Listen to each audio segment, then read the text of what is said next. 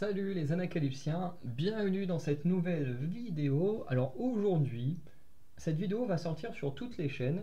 Elle n'est pas spécialement liée à toutes, puisqu'elle peut être liée à la chaîne littérature super-héros, où elle va sortir. Elle peut être liée à la chaîne gaming, puisque les Lego, c'est quand même, entre guillemets, un jeu éducatif, un jeu de construction. Donc elle est légitime à sortir là-dessus. Et techniquement, reprenant une scène de cinéma, elle est aussi légitime à sortir sur la chaîne de cinéma. Mais vous allez voir que cette vidéo va également sortir sur les autres chaînes où elle n'a pas spécialement de lien, puisqu'en plus de monter, comme vous l'aurez vu sur le titre, en plus de s'intéresser à la construction euh, d'une scène d'Harry Potter 4, celle du cimetière, on va également parler des fans toxiques. Voilà. Donc j'ai un peu listé tous les thèmes que nos chaînes YouTube touchent et le degré de toxicité, soit que j'ai pu rencontrer, soit par plus ou moins des connaissances vite fait que je peux avoir sur certains thèmes. Voilà. Donc on va pouvoir commencer et, euh, et parler de tout ça. Donc en premier, je vais forcément mentionner la toxicité euh, de la plus basse à la plus haute avec le temps. Ok, ça aussi. Alors attendez, je prends juste ce dont j'ai besoin là, sinon je vais avoir du mal à parler. Hop. Et du coup, il me faut des détails assez petits. Hop. Alors ça va tac.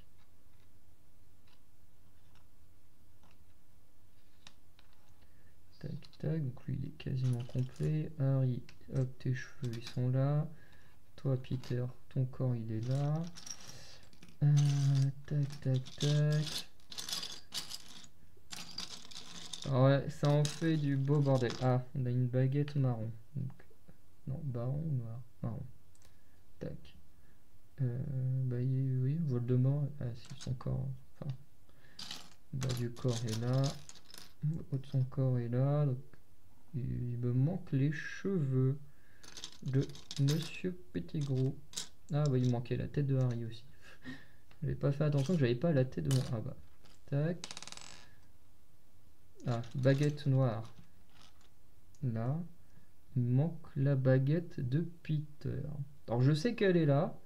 Bah oui, elle est là. Dans le sens où quand j'ai ramené le jeu ici, ma boîte, qui est là, en fait elle s'est ouverte sur le trajet. Sauf que mon sac, lui, il tient plus trop la route. Il commence à un peu se défaire. Et je me suis dit, oh putain, si j'ai perdu des pièces, je suis dans la merde. Bon, j'ai retrouvé quelques pièces dans le sac. Heureusement, après, j'ai vérifié, j'ai compté que toutes les pièces étaient bien là. Parce que vous savez, à la fin des livres, on a une sorte d'inventaire. Et au final, j'ai pu voir que toutes mes pièces étaient là. Et ça m'a pas mal rassuré. Hop, on met ça comme il faut. Du coup, en toxicité 0, alors là je parle plus de mon expérience, c'est par rapport aux jeux de société. Je n'ai personnellement jamais rencontré de personnes toxiques dans le monde du jeu vidéo. Enfin du jeu de société plutôt. Dans le sens où dès qu'il y a des festivals de jeux de société, en général, je m'y rends et je n'ai jamais connu de gens problématiques. Voilà. Bon, non, même pas. Attends, c'était un joueur Magic, c'était pas la même chose. Donc, ouais. Mais voilà. Tac, petit. Non, j'ai oublié de mettre son chapeau. Mais c'est vrai qu'en termes de jeux de société, j'ai jamais rencontré de gens toxiques à proprement parler. Autre lieu où j'ai jamais vu ou entendu parler de gens toxiques, c'est les fans de théâtre. Alors de lire des pièces de théâtre. Voilà, moi j'en ai jamais rencontré. Alors il y avait des gens que j'aimais pas et tout ça, mais c'était plus des gens de ma classe que j'étais pas fan. Mais je veux dire, parmi les lecteurs de pièces de théâtre, pareil, j'ai jamais rencontré de gens toxiques. Ensuite, on a les fans de BD. Alors pareil, je suis pas non plus un grand lecteur de BD, donc du peu que je connais le monde de la BD, à part forcément, bon, on sait qu'il y a des gens mal intentionnés parmi les gens qui font de la BD, hein. Je sais plus quel mec a été a reçu des accusations de viol ou je sais pas quoi là. Mais c'est vrai que parmi les fans, pareil, j'avais été officiel d'Angoulême quand j'étais adolescent et tout. Pareil, j'ai jamais vraiment rencontré de gens toxiques là-dedans. Pareil pour le monde du webtoon. Pareil, le monde du webtoon est un monde que je connais très très peu, donc bah, pareil, je ne connais pas spécialement s'il y a eu des cas de toxicité ou non. Mais voilà, c'est un monde que je connais assez peu. Pareil avec le monde de la cuisine. Dans le monde de la cuisine, je connais assez peu. Enfin, du moins, j'ai pas eu de cas de gens toxiques. Alors, il y en a dans les lives, ou plutôt dans les gens qui envoient des commentaires à Panda. Non, ça, The Sad Panda. euh, voilà. Mais ce sont pas forcément des fans de cuisine, quoi. Ce sont des fans de cauchemar en cuisine, mais pas des gens qui aiment faire de la cuisine. Et là, bah, du coup, plus ou moins pareil. Je sais que c'est un métier dur et tout ça, mais je veux dire, pour les passionnés de cuisine, bah, j'ai jamais eu affaire face à des gens horribles. Ensuite, dans ce qui est du monde du voyage, alors ça m'est arrivé de regarder euh, des, des, euh, des youtubeurs ou des choses comme ça, de gens qui voyagent. Alors bon, il y a des youtubeurs dont je suis pas forcément fan, hein, ça après c'est plutôt propre à chacun d'être fan d'une personne ou d'une autre. Mais voilà, je n'ai jamais non plus eu affaire à face à de la toxicité venant de gens qui aimaient, du coup, du moins qui aimaient voyager.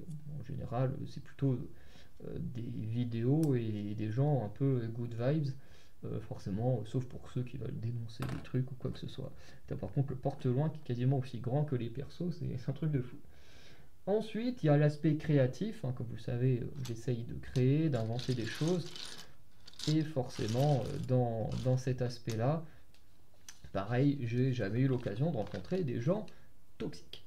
Donc on va commencer à rentrer dans les petits degrés de toxicité, soit par expérience, soit parce que j'en ai entendu parler. Oula, attends, est-ce que c'est bien ça? Les deux grandes barres, c'est forcément les grises. Ok. Ok, parce que sur le dessin, elles m'ont l'air pas spécialement grises. Bref, c'est peut-être moi qui vois mal. Le premier degré de toxicité dont on va parler, c'est l'aspect horreur. Donc les gens qui aiment l'horreur sur Internet.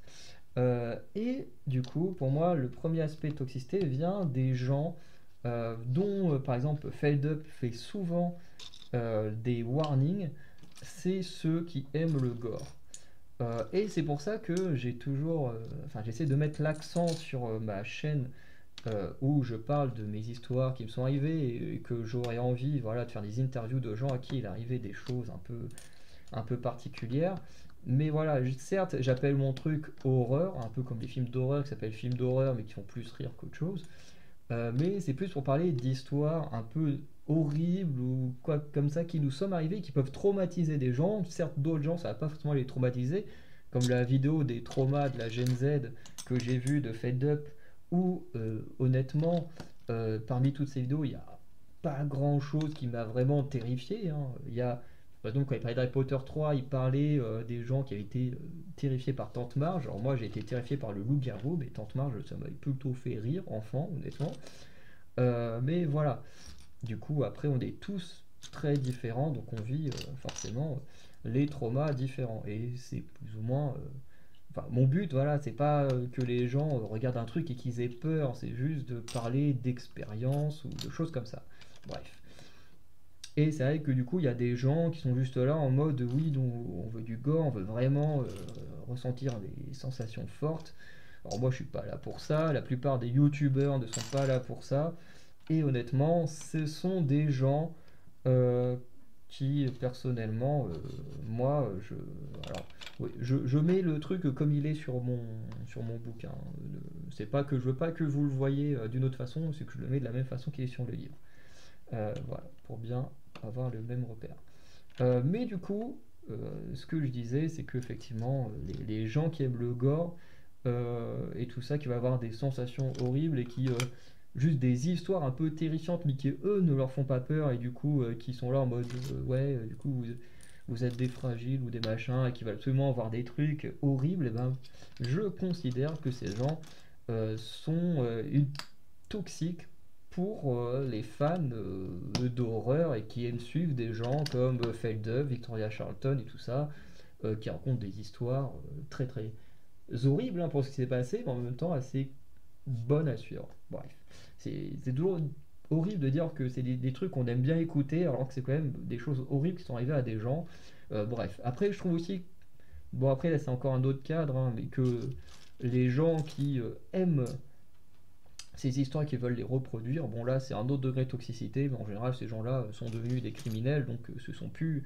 Enfin, ce sont des gens qui ont dépassé le stade, voilà, quand on voit les fans de Columbine, de tous ces trucs-là, ce sont quand même des gens qui ont commis des vrais crimes dans certaines histoires par la suite. Donc là on n'est plus vraiment dans la toxicité, on est vraiment chez des monstres. Hein. Pour moi ces gens-là, j'appelle plus ça des fans, j'appelle ça des monstres. Bref. Ensuite, ce que j'appelais le degré 15% de la toxicité. Alors il y a deux choses qui reviennent. Il y a les fans de romans. Alors les fans de romans, surtout des grosses sagas, ont souvent tendance à me casser les couilles. Alors pas moi, mais c'est vrai que quand je les regarde quand même, ça m'énerve. Parce que ce sont des gens, notamment au niveau du Seigneur des Anneaux, au niveau d'Harry Potter, euh, et quand une adaptation doit sortir, ce sont des gens qui se montrent vraiment détestables. Et vraiment, c'est en mode oui, mais ça, c'est pas dans le livre. Enfin, quand il y a l'adaptation, oui, mais ça, c'est dans le livre et ils l'ont pas mis ou machin. Et ça a souvent tendance à m'énerver parce que ces gens-là, déjà, ne comprennent pas c'est quoi une adaptation. Et en plus, euh, du coup, ils cherchent juste à avoir en image ce qu'ils ont lu. Ce qui est complètement débile parce que bah, une adaptation, ça fonctionne pas comme ça. Une adaptation, c'est que l'histoire est censée avoir un sens et que en format film, bah, tu dois adapter un bouquin que tu peux lire en plusieurs heures, en seulement 1 heure et demie, 2 heures, des fois un peu plus, comme le cas de Seigneur des Anneaux, mais voilà.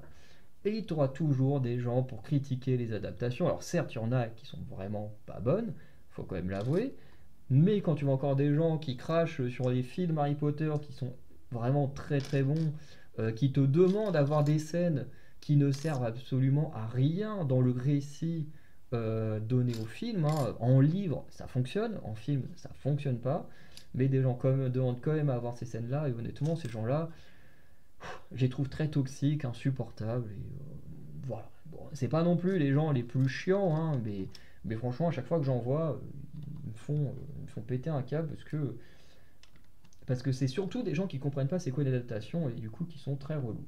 Bref. Dans ce degré 15, j'ai aussi mis les fans de musique. Alors, j'ai séparé musique et K-pop. Je parle plutôt de musique internationale parce que voilà, il y a souvent les fans qui veulent absolument mettre en avant les artistes dont eux ils sont super fans, donc c'est forcément eux les meilleurs, machin.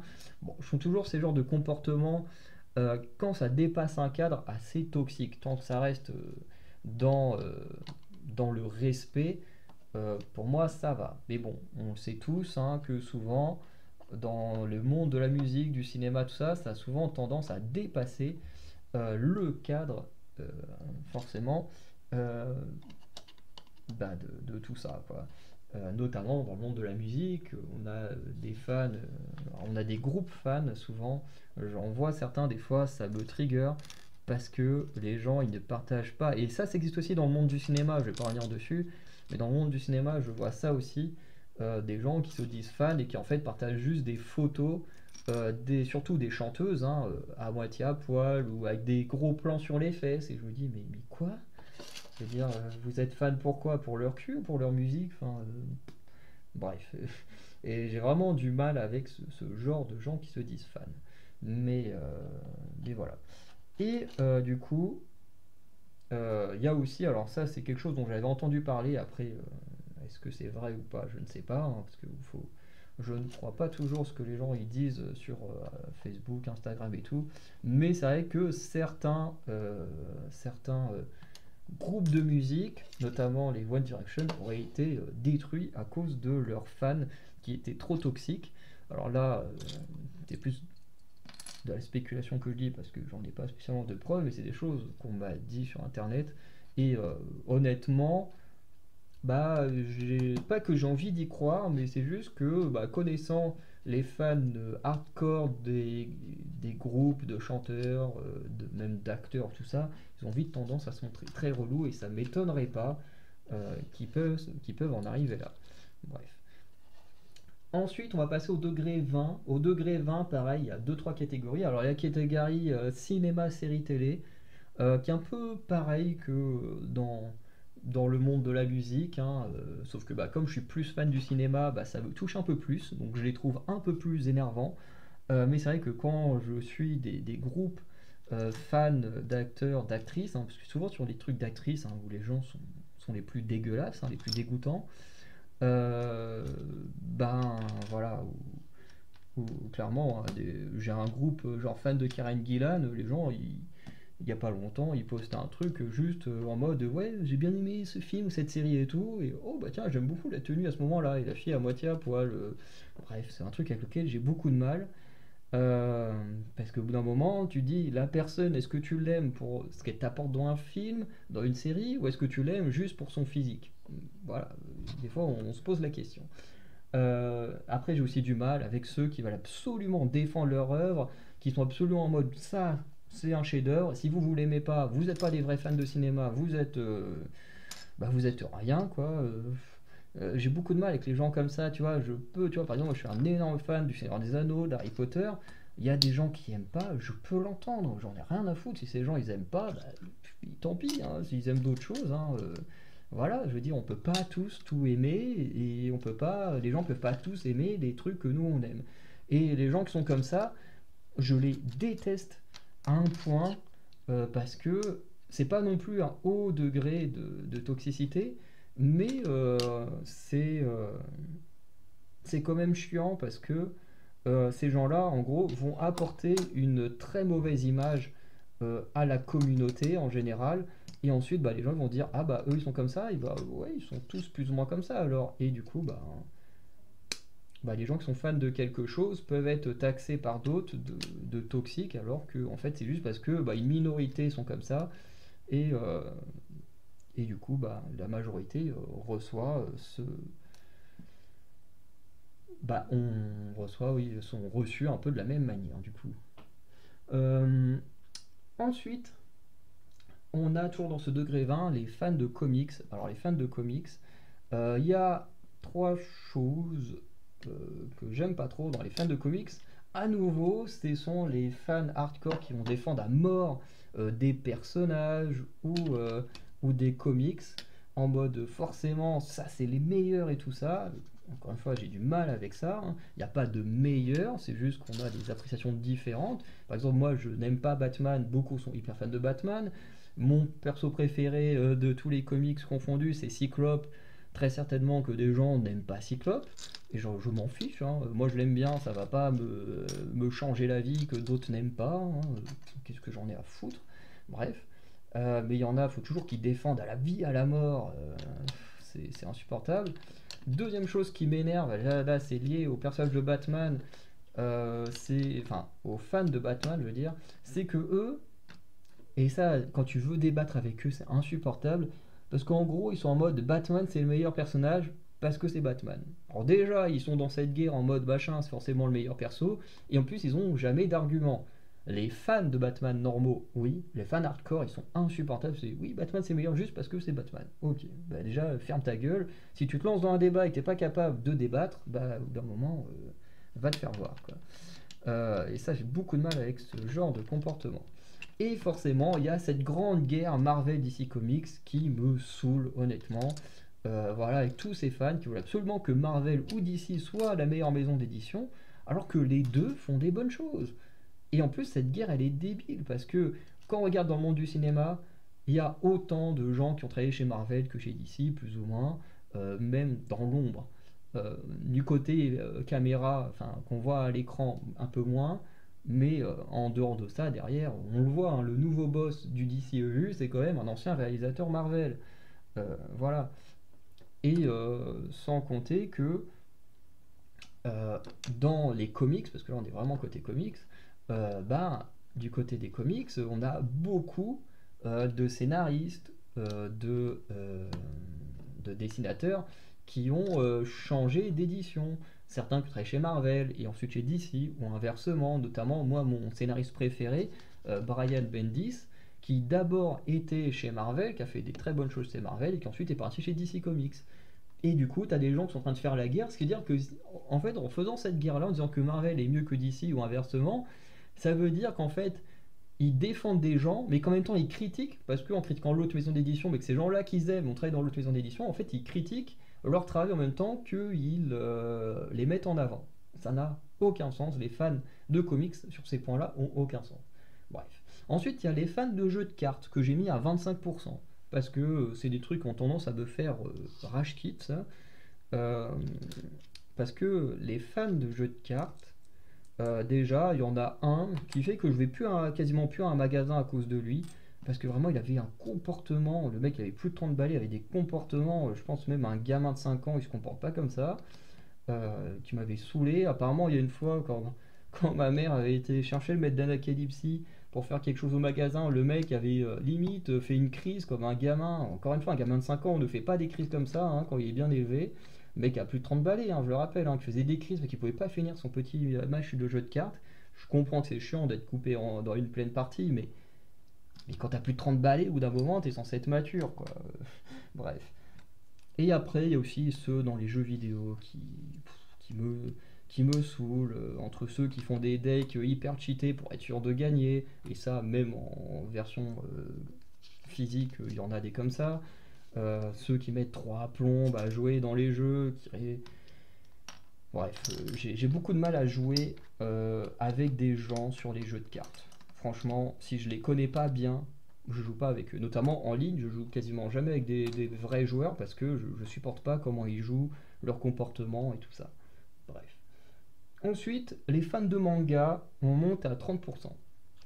Les fans de manga, j'ai eu vraiment du mal avec eux aussi. Parce que forcément, il y a toujours ce côté, je veux défendre à fond mon manga c'est forcément le meilleur et tout. Mon perso de manga c'est forcément le meilleur et tout. Bon après je trouve que en termes de manga, ça va beaucoup défendre son manga et tout.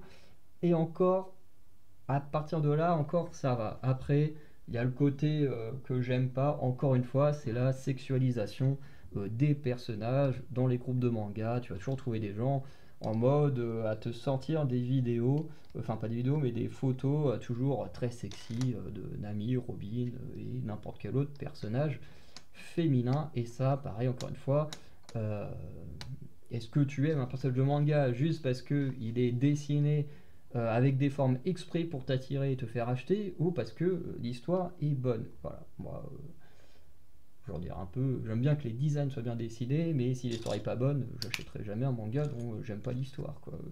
Bref. Mais c'est vrai que les fans de manga, pas forcément les plus remarquables, hein, là. Ensuite, on augmente un peu, 50% les fans de koh. Et oui, on passe enfin à vous, hein. Les fans de koh, j'avoue que... Merde. Ce sont des fans avec lesquels j'ai beaucoup de mal. Parce que déjà, tu as les gens qui se disent fans de koh mais qui ne connaissent pas koh. Enfin, c'est-à-dire que c'est des gens qui sont là depuis 3, 4 saisons, 5 saisons, peut-être depuis le Covid, et qui... oula, mince, Peter. Et qui sont en mode oui, nous on connaît toute koh.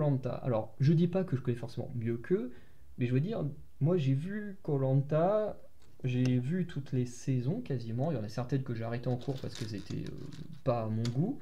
Et il y a également des saisons que j'ai pas vues parce que à l'époque où je regardais ça en streaming, il n'y avait pas tous les épisodes et tout ça. Bref. Mais tu as des gens qui viennent quand même te voir, et des fois qui font les spécialistes alors qu'ils y connaissent rien. Et vraiment, j'ai déjà vu des gens sur internet en mode oui, j'aime pas la stratégie c'est nul, koh c'était mieux avant parce qu'il n'y avait pas de stratégie. Et ces mecs-là ne connaissent rien à koh. Ces gens qui te disent ça, ils y connaissent rien. Parce que s'ils y connaissaient quelque chose, ils sauraient que dès les premières saisons, il y avait de la stratégie. Hein. Saison 2 de koh, je rappelle, bon, pour ceux qui regardent pas koh, c'est la première fois que vous m'entendez le dire, et pour ceux qui regardent les vidéos koh, forcément vous m'avez déjà entendu le dire, mais il y a quand même un mec, Nicolas, saison 2 donc en début d'année 2000, qui se revendiquait déjà comme un grand stratège. Et encore une fois, tu as des gens aujourd'hui qui viennent te dire qu'il n'y avait pas de stratégie avant. Alors que dès la saison 2, il y avait déjà des gens qui se vendaient comme étant des stratèges. Bref. Voilà, ces gens-là, j'ai du mal. Et les gens, bon, qui se font avoir par le programme, comme ça a été le cas avec Tania récemment, à la limite. Bon, tu te dis, ces gens-là, ils sont juste stupides. Hein, voilà, ils se font avoir par un narratif qu'on te fait avaler. Voilà, bon, à la limite, hein, je me dis, ceux-là, ils sont pas trop toxiques, ils sont juste stupides. Et bon, après, ils ont un comportement toxique, mais bon, ils croient à un truc. Hein, et voilà, c'est comme ça. Mais là où des fois j'ai beaucoup de mal, c'est ceux qui veulent réécrire koh. C'est-à-dire que tu as des gens qui veulent qu'on supprime des choses du programme, qu'on fasse les choses enfin que le programme soit fait comme eux ils ont envie. Sauf que bah, souvent, ce que eux ils ont envie, en fait, ça détruirait le principe de l'émission même. Et ça, j'avoue que ces gens-là, bah, je les déteste. Je les déteste parce que koh, si tu mets que des sportifs, bah, l'aspect stratégique qui est très important, il s'en va. Si à la fin de koh, tu décides que celui qui gagne les poteaux, il a gagné koh, ça j'ai souvent eu le débat avec ma mère, parce qu'elle serait pour que celui qui gagne les poteaux soit le gagnant de koh.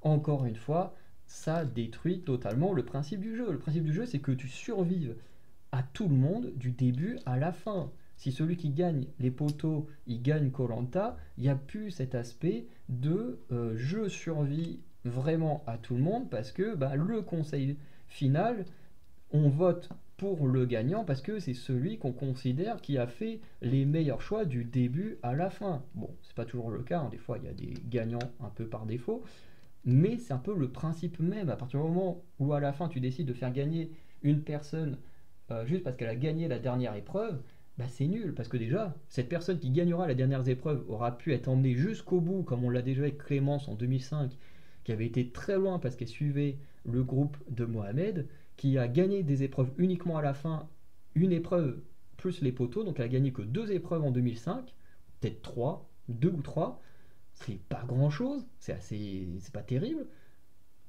Et du coup, si on écoute les gens, bah du coup, elle devrait être la gagnante de ce koh, juste. Bon, elle a quand même gagné ce koh, hein. Mais techniquement, pour les gens, elle aurait dû le gagner là, juste parce qu'elle a gagné les poteaux. Alors qu'à côté, t'as Mohamed qui a gagné plein d'épreuves, qui a été hyper stratège, hyper social, enfin bref, le mec était parfait. Donc leur argument n'a pas de sens. Le dernier conseil est fait pour justement que toute l'aventure, tu aies ce conseil en tête et que tu te comportes en fonction pour bien faire les choses. Ensuite, j'ai mis la toxicité des fans à 65% pour les jeux vidéo. Alors là, ça me concerne pas vraiment, c'est plus le maître d'Anacalypsy qui aurait pu mentionner ce cas, mais c'est vrai que, en plus, le maître d'Anacalypsy, il joue à LoL, franchement, il joue pas vraiment au jeu où il y a les gens les plus cool, et en plus, il a un peu joué à Rocket League, mais apparemment les gens, c'était vraiment des salauds là-bas, hein. Les gens sont pire en pire sur Rocket League apparemment. Euh, bon, voilà, le monde du jeu vidéo, c'est un monde hyper toxique, hein. Je pense que j'ai pas besoin de le mentionner. C'est un monde vraiment de pourri.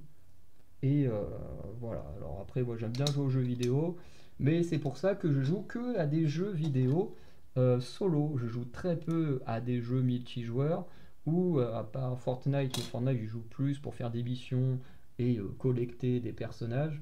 Mais j'avoue que je joue très peu avec d'autres personnes, ou alors c'est vraiment des gens en qui j'ai vraiment confiance, parce que sinon, voilà, je joue pas avec les gens à cause de la toxicité des gens sur internet. Mais là, je peux assez peu en parler, juste mentionner, voilà, vous allez voir les vidéos qui parlent de LoL de FIFA, tout ça, voilà, et puis vous avez facilement tout ce qu'il ne faut pas faire pour donner envie aux gens de jouer avec vous. Mais après de moi-même, j'ai jamais connu ces comportements-là avec moi, à part sur les jeux de cartes. Mais je sais très bien que le monde du jeu vidéo est l'un des mondes les plus toxiques. Donc je tenais quand même à le mentionner, même si personnellement je n'ai pas vécu ces toxicités-là. Ensuite, j'ai monté à 75% les fans de Pékin Express. Ah merde, je suis pas en train de mettre les trucs comme il faut, je crois. Attends, non, il est censé être comme ça. Ah oui, je suis clairement pas en train de mettre les choses comme il faut. Les fans de Pékin Express, je les mets à 75% parce que c'est toujours la même chose. C'est ce côté où tu veux défendre ces gens que tu aimes le plus. Encore une fois, ça ne me dérange pas tant que tu n'obliges pas les gens à aimer comme toi tu aimes certains aventuriers. Ça, c'est un truc qui a tendance à vite m'insupporter, ceux qui veulent obliger les gens à aimer d'autres personnes comme eux ils ont aimé. Je veux dire, on n'a pas tous les mêmes sensibilités et tout ça. Ensuite, les fans de Pékin Express, il y a les vieilles femmes là. Alors elles, des fois j'avais envie de les buter cette année, elles m'insupportaient parce que c'était vraiment, tu vois, c'était pas des gens qui avaient des arguments, c'était juste de la méchanceté gratuite envers les jolies femmes, notamment, j'ai oublié leur nom, je crois que c'était Alexandra et Laura, hein, un truc comme ça. Ouais, ça doit être un truc comme ça, ou Sarah et Alexandra, un truc du genre, les deux sœurs chien et chat. Mais vraiment, elles se faisaient insulter par les vieilles quarantenaires, cinquantenaires, mais pour aucune raison, hein, franchement, hein, il n'y avait pas de raison. Les meufs, elles étaient juste très douées, et elles se faisaient insulter comme il n'y a pas, et c'était toujours par des vieilles femmes. C'était n'importe quoi. Et franchement, si je mets un degré aussi haut de toxicité pour les fans de Pékin Express, parce qu'ils m'ont dégoûté de cette dernière saison. Vraiment, au bout d'un moment, j'avais plus envie de regarder parce que j'en pouvais plus de leur comportement sur Internet, quoi. Chaque post, mais vraiment chaque post, c'était de la haine pure. Et pour aucune raison. C'était tout le temps de la haine, de la haine, de la haine. Au bout d'un moment, ça m'a saoulé. Ça m'a saoulé. Franchement, j'en pouvais plus. Les fans de Pékin Express, moi qui m'étais dit, tiens, je vais mettre dans un groupe fans de Pékin Express pour voir comment c'est, parce que bah voilà, j'avais envie de partager. Tu vois, dans le groupe koh, voilà, j'en ai croisé des gens un peu toxiques, un peu relous, mais dans la globalité, ça se passe bien. Bah, les fans de Pékin Express, ça s'est jamais passé bien. C'était vraiment horrible. Bon, bref. Ensuite, on a les fans de catch. Alors là, je monte à 80%. Les fans de catch, je monte aussi haut à cause des gens débiles. Parce que oui, les fans de catch, il y en a plein qui sont d'une débilité sans faille. Parce que déjà, tu as ceux qui vont défendre à tout prix leur catcheur, catcheuse, hein, encore une fois. On est dans ce cadre-là. C'est pas parce que toi tu aimes un catcheur ou une catcheuse que tu dois absolument te montrer toxique. Je veux dire, moi, il y a des catcheurs ou des catcheuses que j'aime pas, d'autres que moi j'aime bien, que les gens n'aiment pas, et c'est comme ça. T'as pas à forcer les gens à aimer ou ne pas aimer les gens que toi t'aimes bien ou que tu n'aimes pas. Déjà, c'est un fait, encore une fois. Euh, Ensuite, il y a les gens, et ça c'est pour moi c'est le pire, comme pour koh, les gens qui viennent, qui font genre c'est des experts, mais qui n'y connaissent rien. Et le pire, c'est quand ils font les experts et que après, tu vois, qu'ils comprennent pas vraiment c'est quoi du catch. Et ça fait peur. Et vraiment, ces gens-là, ils sont insupportables parce que, encore, ils comprendraient pas. Tu te dis, ok, ça arrive à tout le monde, hein. Tu t'es nouveau, tu comprends pas, voilà. Mais tu as des gens qui veulent se jouer les experts et qui ont un comportement ultra toxique envers les catcheurs. Et en plus, on a déjà vu hein, des gens tenter d'agresser physiquement des catcheurs. Et là, on arrive sur des comportements vraiment très très très graves. Notamment, on en a vu récemment. Ça fait peut-être un an, la dernière agression. Je crois qu'il a fallu en avoir une sur Seth Rollins. Et tu dis quand même, on arrive des fois à des trucs très très graves. Et, euh, et voilà. Et notamment, moi, ceux qui m'énervent, c'est ceux qui ne comprennent pas c'est quoi le catch, qui vont insulter mais vraiment insulter des catcheurs sur internet ou des catcheuses en mode oui, vous êtes détestable, ce que vous faites c'est pas bien, machin, et qui ne comprennent pas que le catch c'est un mélange entre du théâtre cinéma et de la performance athlétique. Et c'est horrible parce que ces gens-là, vraiment, ils démontent des catcheurs, des catcheuses sur Internet juste parce qu'en fait, ils ne comprennent pas ce qu'ils regardent. Ils comprennent pas ce qu'ils regardent, ils se font passer pour des fans, et en fait, ils sont juste méga toxiques, quoi.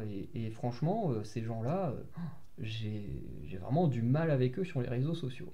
Ils sont insupportables. Mais bon, mais bon. Passons au suivant. Alors, j'avoue que la vidéo est très exhaustive. En vrai, il y a des cas où je pourrais rentrer plus en détail, mais bon, j'ai pas trop le temps. Puis je vois que j'ai bientôt fini, donc j'essaye d'aller assez vite. De toute façon, il ne reste plus que deux cas. Deux avant-derniers cas, là je suis monté à 85%, ce sont les fans d'animé. Alors eux, bah, toujours un cas assez similaire au reste, hein. C'est le côté mon animé c'est forcément le meilleur, machin. Il y a les cas récemment que j'ai vu autour de One Piece qui m'ont saoulé. Vraiment, les mecs, qui m'ont saoulé. Euh, Parce que les gens, ils étaient en mode. En gros, si t'aimes pas comment est fait le Gear 5 dans l'animé, t'es pas un vrai fan de One Piece. Alors déjà, tu dis, va te faire enculer. Déjà, d'où tu décides qui sont les vrais fans ou pas d'un manga ou d'un animé. Bref. T'as ceux qui vont te dire oui, l'animé, enfin tout ce qui se passe dans l'animé, c'est forcément la vraie histoire du manga, sans comprendre ce que c'est que les épisodes filler et que les épisodes filler ne font pas partie de la vraie histoire. Mais bon, on va leur expliquer ça, c'est compliqué, hein, parce que ceux qui ont deux neurones, bah voilà, tu peux pas leur expliquer grand chose, hein. Mais ceux-là, ouais, pareil, j'ai vraiment du mal avec leur comportement. C'est très dur. Voilà, sans compter que pareil, avec les mangas, t'as toujours ceux qui sont en mode à sexualiser des personnages et tout. Enfin, bref, c'est dégueulasse. Et t'as ceux aussi qui divinisent. Ça, c'est pour les fans de Naruto. J'ai vu ça dans des groupes Naruto, mais t'en arrives à prendre des personnages et limite en faire des dieux, hein. Mais vraiment, t'as des groupes Facebook, Itachi, notre dieu, machin, tu te dis, mais waouh, à quel niveau? Parce que après, ose critiquer un personnage que les fans de Naruto ils divinisent, et c'est pareil avec Dragon Ball Z, avec. Oui, avec Dragon Ball Z, avec One Piece, hein. Je suis un grand fan de One Piece, mais pareil, hein, les fans de One Piece, faut se les coltiner, hein. Fan de One Piece, de Naruto, et je parle bien surtout des fans d'anime. Je trouve que c'est, de mon expérience, je les trouve pires que les fans de manga. Après, c'est un avis très personnel, hein. Mais franchement, c'est dur, hein, c'est dur. Euh, mais bon, après, comme je suis pas un grand fan d'anime, ça m'évite quand même d'éviter un maximum ces gens-là. Mais forcément, quand tu es dans les groupes des mangas que tu aimes bien, bah, les fans d'anime sont également là. Et faut les supporter, ce qui est assez dur. Ce qui est assez dur. Et ensuite, le top le plus haut de toxicité, que j'ai mis à 90%, ce sont les fans de K-pop. Alors là, les fans de K-pop, alors eux, et puis j'en ai eu de l'expérience avec eux, hein. Mais globalement, t'as toujours ceux qui veulent absolument défendre leur groupe. Alors ça, encore une fois, tant que tu fais pas dans la toxicité, ça va. Mais quand tu tombes sur les fans de groupes méga populaires comme Blackpink, comme BTS, bah ose critiquer, mais alors là, tu te fais lyncher, hein. Moi, plusieurs fois, je me suis fait lyncher parce que j'osais dire que j'aimais pas une musique de Blackpink. Alors que c'est le cas, je veux dire, j'aime bien le groupe, elles ont fait des bonnes musiques, mais il y en a qui sont mauvaises. Et dès que tu le dis, alors là, tu reçois un ramassis d'insultes et tout ça, c'est dur, hein. Et en plus, les fans de Blackpink sont vraiment d'une toxicité au point que pendant un temps, j'en pouvais plus entendre parler de Blackpink et tout ça, parce que les gens étaient tellement toxiques au point que... Ah oui, le poignard, il va à lui. Au point que les gens, en fait, ils montraient pas leur amour de Blackpink, ils montraient plutôt leur haine des autres groupes, quoi. C'était en mode on prend Blackpink pour montrer à quel point les autres groupes c'est de la merde, et, euh, et vraiment c'était comme ça, hein. Et au bout d'un moment, je me suis dit, mais c'est plus possible, hein. C'est plus possible, je peux plus être. Je veux plus me considérer comme étant fan de ce groupe à cause du comportement des gens. Et franchement, mentalement, ça m'a détruit, hein, parce qu'au début où je commençais à aimer le groupe, bah, forcément, je l'ai trouvé génial, donc je suivais un peu la masse, et ça m'a pas mis bien mentalement. Sans compter, bah voilà, tous ceux qui se font la guerre en mode oui, nous, notre groupe, c'est forcément le meilleur, nanani, nanana. Sans compter, ben, les fans, les fans, voilà, qui sont vraiment très relous. Ceux qui veulent absolument streamer les trucs sur internet pour montrer à quel point leur groupe ils font beaucoup de vues alors qu'en fait tu sais même pas s'ils sont vraiment fans, hein, des musiques qu'ils sont en train de streamer parce qu'en vrai ils sont juste là en fait à essayer de faire beaucoup de vues parce que ils veulent absolument que leur groupe fasse des stats. Et ça, c'est un truc que je déteste, hein. Être fan de quelque chose juste pour faire des stats, hein, c'est complètement nul. Euh, et voilà. Et moi, c'est un truc qui m'insupporte énormément. Sans compter que, encore une fois, chez les fans de Blackpink, t'as ces fans et ça on le retrouve dans pas mal d'endroits. Il n'y a pas que dans la K-pop, mais t'as beaucoup d'endroits où les gens ne sont pas, je vais dire optimistes, ne sont pas, comment on dit déjà, ça compte aussi par un O. T'as les subjectifs et les objectifs. Ne sont pas objectifs dans le sens où, par exemple, dans les fans de One Piece, si Ochira a dit ou a fait, forcément c'est bien. Ils n'ont pas d'objectivité, enfin de subjectif, non d'objectivité. Ils sont à fond, s'il a dit, c'est forcément bon. Alors que Oshiro Oda n'a pas fait que des bonnes choses, hein. One Piece, c'est un de mes mangas préférés, mais il n'y a pas que des bonnes choses. Et dans la K-pop, ils sont pareils, mais en pire. Mais parce que bah, j'ai beaucoup plus vécu la toxicité des fans de K-pop que le reste. Et franchement, c'est un enfer, un enfer, un enfer, un enfer. Parce que franchement, les gens, je l'ai vu sur le titre Love Sick Girl de Blackpink. Le titre, il est sorti.